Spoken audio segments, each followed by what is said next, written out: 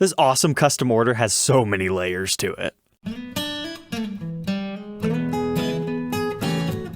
Welcome back, troglodytes, to your daily dose of guitar information, the Trogly's Guitar Show. Alright, let's go ahead and get into this. Look at this awesome Les Paul Custom. It has such an impressive dark royal purple sparkle finish to it. That would nearly be worthy enough of an episode just on its own, but that's not all. It is a one pickup Les Paul Custom. Now, we've talked about a whole bunch of one pickuppers on the show, from R8 reissues to the Jared James Nichols Epiphone to other Les Paul Customs, all the way down to the Les Paul Senior, a Music Zoo exclusive. There truly is something special about one pickup guitars. They allow you to focus and play a little bit differently. And then some guys say you get better sustain because there's less magnet pull on the strings. But instead of a wrap tail on this one, we've got a Nashville style bridge and a regular tailpiece. And instead of Les Paul Jr. style controls, we've got the diagonal ones like you find on Old Glory. But this white binding pairs pretty well with our finish, and then you've got a matching pick guard. This is one pretty special beast that Gino Guitars had. But my friends, this isn't even half of it. Wait till you see the back.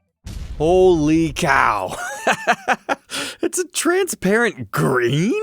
We've got all the binding a regular custom has. We've got our back plate here for our controls. But since we don't need a toggle switch, you don't have any control here. And then it's also looking like our neck is also green. Now, it doesn't appear to be a 5-piece flame maple neck or anything crazy, but unfortunately, we don't have any other photos. I would have never thought about pairing those colors together, but for my own personal preferences, I think this works really well. Royal purple sparkle with transparent swamp green back. So what a cool, crazy guitar, right? Let's move on to our next one. Oh, wait, I tricked you. There's one more special thing about this. Sure, it's a Les Paul Custom, but it's got a Flying V headstock. That is absolutely insane. Like, that is such a crazy spec. I need to check the date over here to make sure it's not an April Fool's post.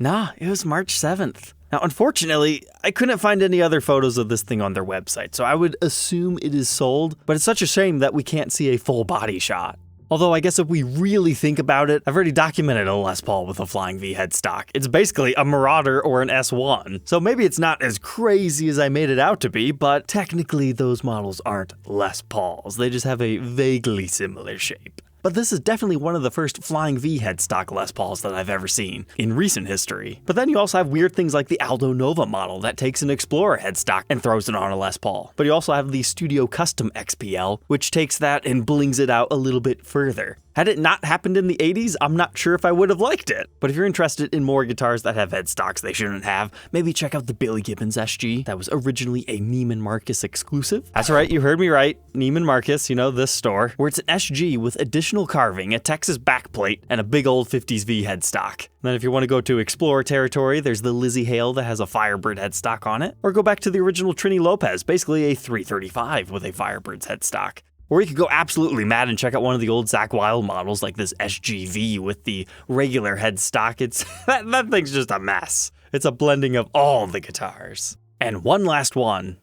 This is unreleased and supposedly just a custom order for Darren from System of a Down, but it's a Flying V triple humbucker, kind of 58 style. It probably has mahogany wood would be my guess, but it's got Les Paul standard trapezoid inlays on every single fret, including the first one, and it has a Les Paul style headstock. That's certainly an interesting one. And here's one I just found online. It looks like it has some sort of a modified Tree of Life inlay, but it's a one pickup SG with the crazy vibrola from the 60s with a Flying V headstock and a normal SG body. That's actually incredibly cool, although it doesn't necessarily seem to have came out of Gibson directly. I also found this interesting photo of a 70s SG standard that has a Flying V style headstock, but this one isn't a custom order. According to this Facebook post, it looks like it was mashed together sometime in the 90s. And in the time that it took to tell you all about those things, I got some more photos. So this ended up being a special order for one of their customers, so it was never for public sale, but they included a few additional photos so we could see the full body shot. That is just so insane. But I think I might like this shop because they have a lot of made-to-measure custom order stuff. And that takes guts for a shop to put their own custom orders in, because if they get too crazy, they're stuck with it. It's kind of like the Music Zoo. They do a bunch of fun stuff as well. So here's kind of another cool one. A little bit more traditional, but a nice midnight blue sparkle with ebony fingerboard, so that means it's probably a newer one. But that's a gorgeous finish paired with the chrome hardware. And have no fear, this one is uniform all over the guitar, with a regular headstock this time. And then they also have one of these. Now, if you've been watching my show, you know I'm looking for an ice flame at a fair price. So I remember stumbling upon this one the first time, and then I've had a few people send me links to it, hoping that this is what I was looking for. And unfortunately, while this is spec'd out just like an ice flame, it's not exactly what I'm looking for. This is a made-to-measure custom order, essentially spec'd the same. But it's probably the best photos that we have of an ice flame and how interesting they are, with their blue body, kind of ashy top, and a flame maple neck. Fancy tuner tips, brass truss rod cover, abalone headstock. But no, the serial number of this one dates it to 2022 instead of 2018. So you might be asking, what's the big difference? It's the same guitar. Okay, this is a completely different era of Gibson. This was birthed within the Curly era versus the Henry J era. And what makes the 2018 Ice Flame a little bit more special is they were not using ebony fretboards as heavily at this point in time, but this model did get it, despite most of it getting chewed up by inlays. But to most people, if you're just looking for a cool Ice Flame, yeah, it'd probably be close enough. But I have that weird collector mindset. Next up tonight, I was surprised to see one of these things at Chicago Music Exchange. Listed at $6,400, they labeled it as a 1974 Les Paul Custom CME Spec VOS. This looks surprisingly just like the Adam Jones VOS run, except for we've got an ABR1 bridge this time, which might make somebody happy, and we've got the more 57 style knobs on here. But they nailed the Age Silver Burst color on this reissue.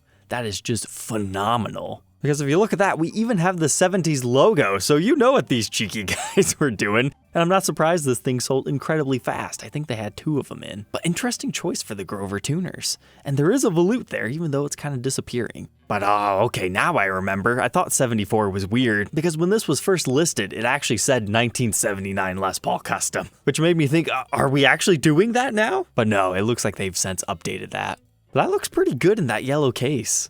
Continuing on our fun, I saw somebody post looking for this guitar in a Facebook group earlier this week. So it looks like one of those ES Les Pauls or a Florentine that has Dynasonic pickups, the ABR1 bridge, regular Les Paul standard specs, otherwise kind of a copper top vibe going on. But this actually just has painted on F-holes. It's not actually a semi-hollow guitar. So that's kind of cool. Some Gretsch guitars are like that. But then the back of it is just completely black. Judging by our serial number here, it appears to have been made in 2005. And according to the spec sheet, it's built to 58 reissue spec, so that means big neck. And it was available through Musician's Friend. So usually what this means is it was a NAMM show display piece, and it was a 1 of 1. You can check out this episode of a 2019 R9 from the NAMM show, where I talk about how the whole show works and how the dealers get the individual guitars. But typically Guitar Center, Musician's Friend, they'll just put them up as a one-off listing. Once they're gone, they're gone. Another cool one you could check out is the Kraken Les Paul. If you happen to own that guitar, it might be fun to talk.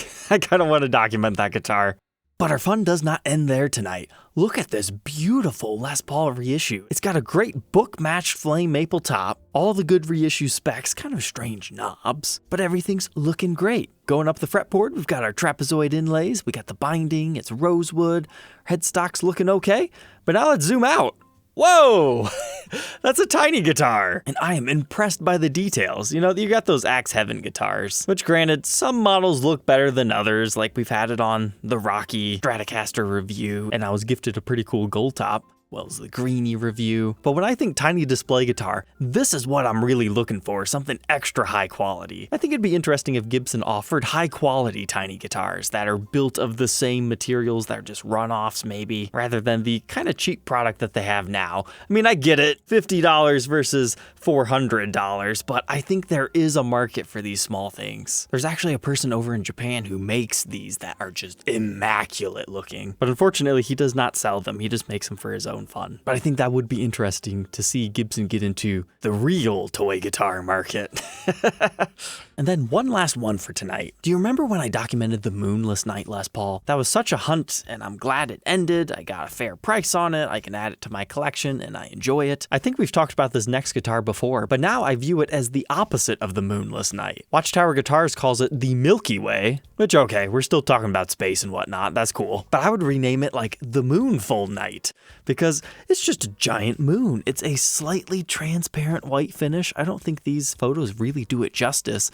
We've got some sort of a quilt top underneath there, but then we've got P94 pickups to make it interesting with a Bigsby. Bigsby's not my favorite, but it makes the guitar unique. But that multi-layer black and white binding with the black layer being prominent just looks great. Got Dunlop strap locks, black binding along our ebony fretboard, which is streaky. I think that's why they called it the Milky Way, because you kind of got a combination of colors going on, which looks good on this particular guitar. Straight up black would have made it not as special. But then our headstock also is white, and then you've got dancing mother of pearl. And the back is pretty much just more of the same. So that's a pretty interesting guitar. But our serial number tells us it was made in the year 2016 in the Crimson division of the Gibson Custom Shop. That's still a thing. That's just where they make their really high-end art guitars as well as some of their jazz boxes. You can check out a Crimson review right here with the Dragon Les Paul. But this was back when you still got a cool polishing cloth with it. So personally, I'm just waiting for a nice price drop on this one. I wouldn't mind adding that to my collection. All right, troglodytes, I hope you enjoyed tonight's episode. I know I did. A lot of cool ones. Let me know which was your favorite down below, and we will catch you tomorrow on the next episode. Take care.